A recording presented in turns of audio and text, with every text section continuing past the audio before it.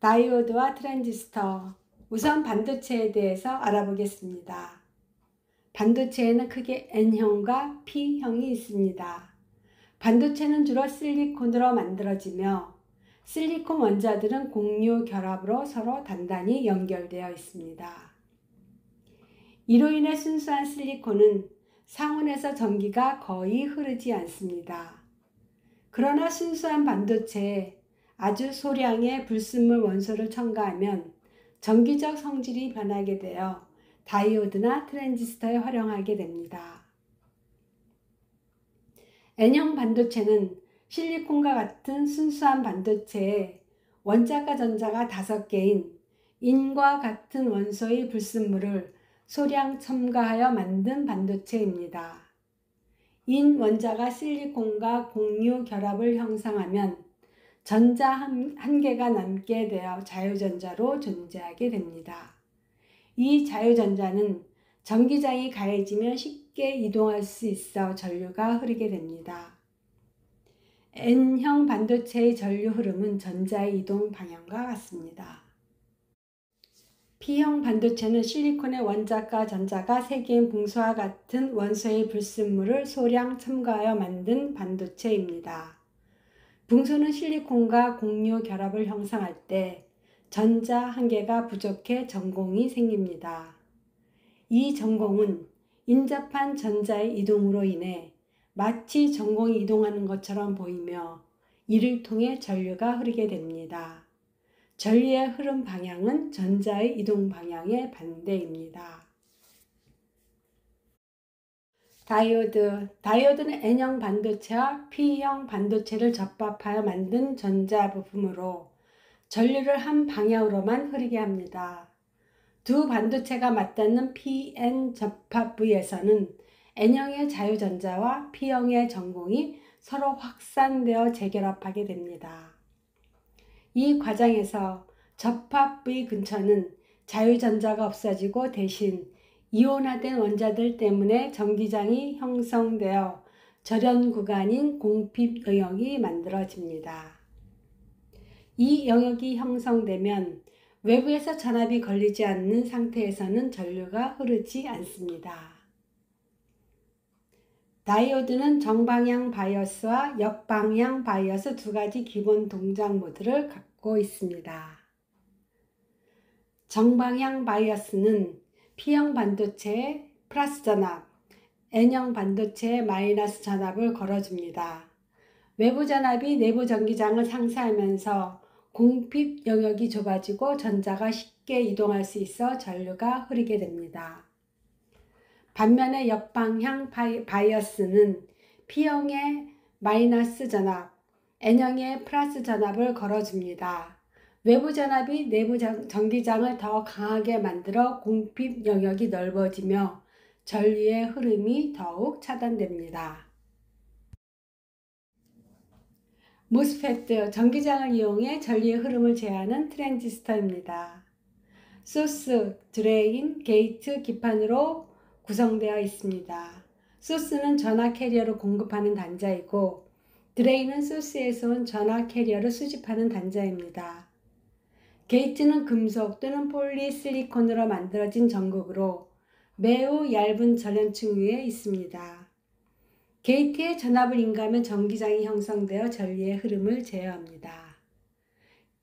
M모스 기판은 P형 실리콘이고 P모스 기판은 N형 실리콘으로 되어 있습니다.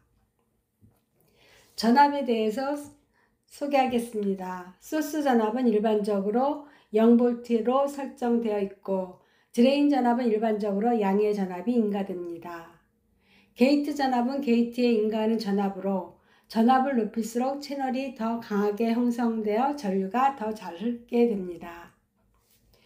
드레인 소스 전압은 드레인과 소스 사이의 전압차로 채널을 통해 전자를 이동시키는 힘입니다. 만약 게이트 전압이 문턱 전압보다 낮으면 아무리 드레인 소스 전압을 높여도 전류는 흐르지 않게 됩니다.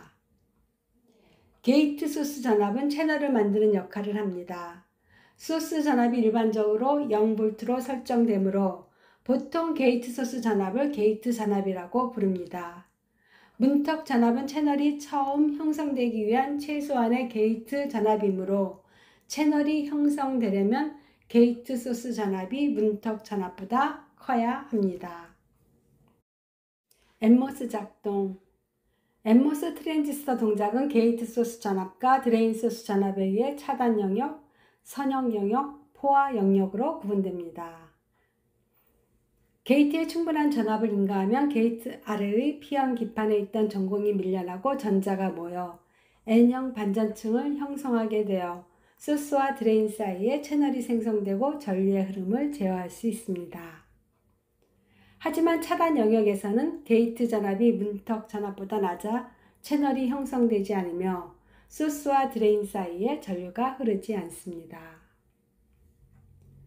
선형 영역. 게이트의 문턱 전압 이상의 전압을 인가되어 채널이 형성됩니다.